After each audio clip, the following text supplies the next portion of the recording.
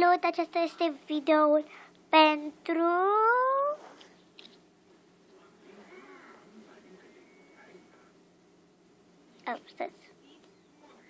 Ruxide YOLO. Da. O să facem mâncarea aceea. Stați un pic.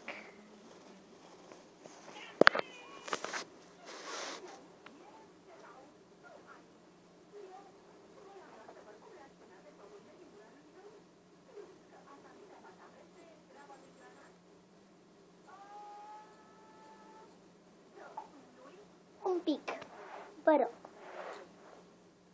Cât o să fac eu acea treabă, o să vă arăt.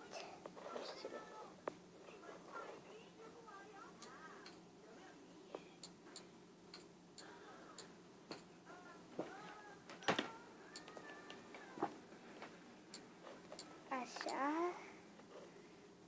Da. Acestea sunt niște lucruri, niște plastilini. După cum am spus, o să facem acest video, va fi cu mâncare și lucruri pentru păpuși, din plastilină.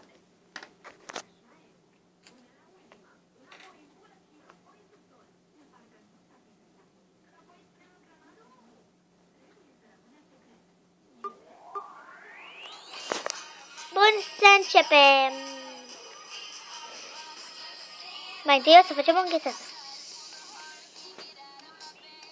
Să începem.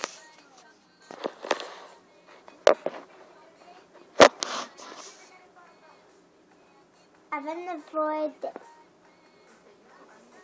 frescă,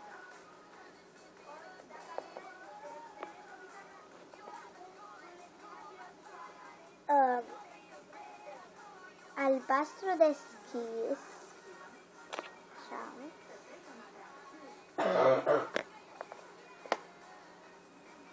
roșu și iarăși frez. Mai întâi facem conul. E simplu, faceți un cerc.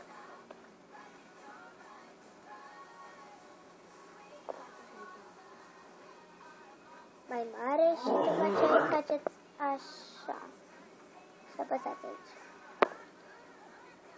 Bun, după aceea faceți o linie albastră și o rulați pe con. Care să arate aici, așa. Faceți un cerc cu roșu și îl puneți deasupra ca o cireaș. Luați o liniuță de frez și îl puneți pe cireașă. Așa arată înghețata la corneți. Sunteți la un hamburger. Facem această mică chiflă și încă una. După aceea facem o bucată de carne neagră și o punem pe chifla asta. Nu pe asta. Pe una dintre chifle. După aceea luăm galbenul și facem cașcaval. Îl punem pe asta.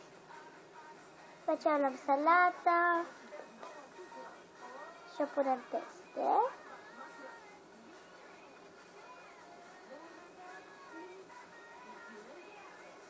Luăm albul și facem o bandă pentru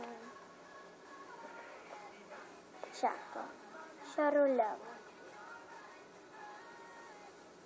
Dar putem să facem mai multe dacă este mică.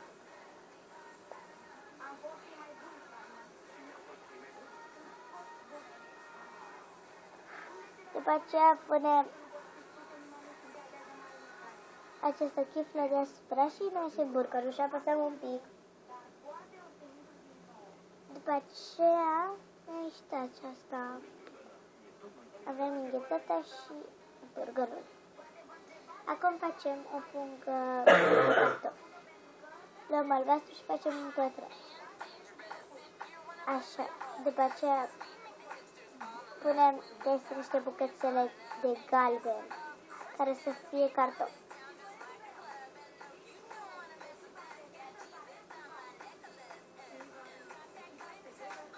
Așa. Și ne-a ieșit. Bun. Acum o să vă învăț cum să faceți un glob de Crăciun. Formă de ce?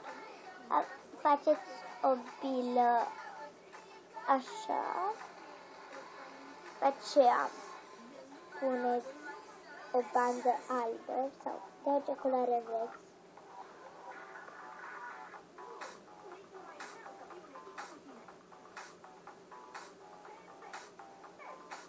Așa. Așa arată până acum. Și faceți o bandă verde și o rulați odată. După aceea o atașați și acum va fi așa aici. După aceea un glob în formă de cizmuliță. Faceți o cizmuliță, dați o bandă albă și o puneți așa. După aceea luați o bandă și faceți așa. După aceea o puneți acolo. Se arată așa. Acum o să facem moș, un elf. Mai întâi facem două cizmulițe.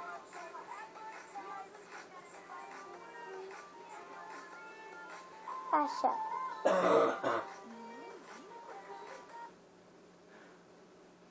După aceea faceți două benzi de orice culoare vreți și le atașați de cizmulițe.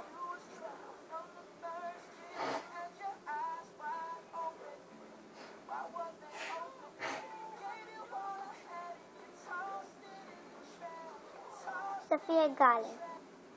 Așa arată. După aceea, noi să facem corpul. Facem o barbă și chiar așa. Și o atașăm la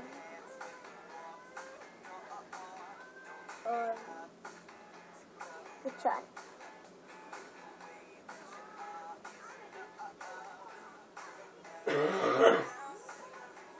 Și arată așa. După ce luați o bucată de frez și o atașați aici ca să fie ca un nas. După aceea îi faceți căciulița, o puneți deasupra și puneți deasupra aici.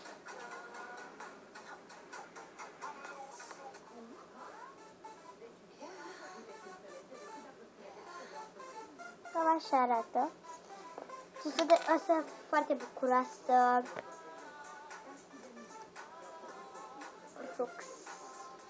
Ruxi de YOLO.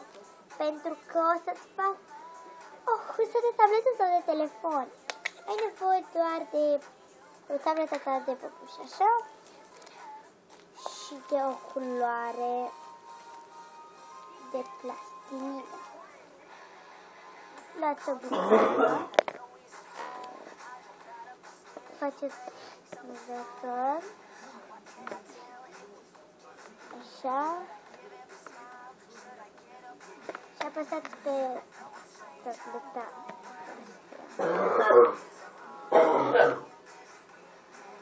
Scoateți odată.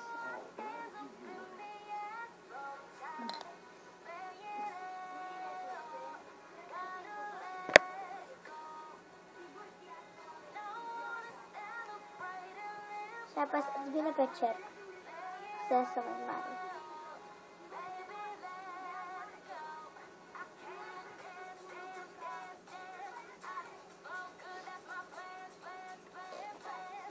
Și apăsați pe husă. Așa. Gata, husa.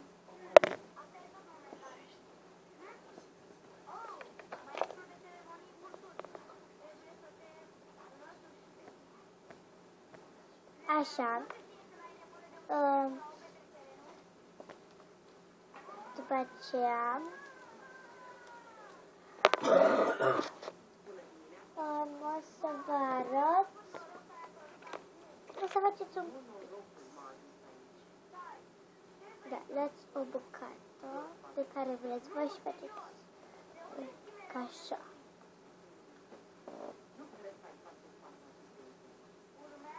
După aceea luați o altă culoare și o puneți în partea de jos.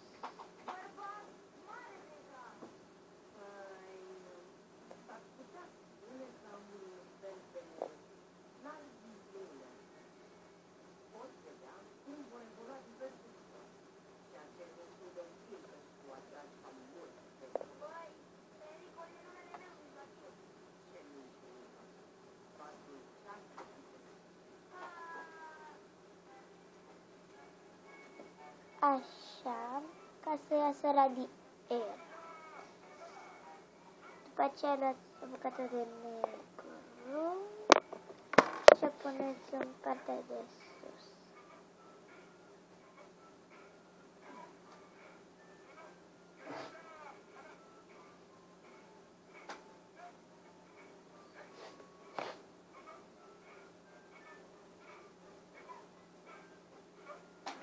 Așa, după aceea luați o bucată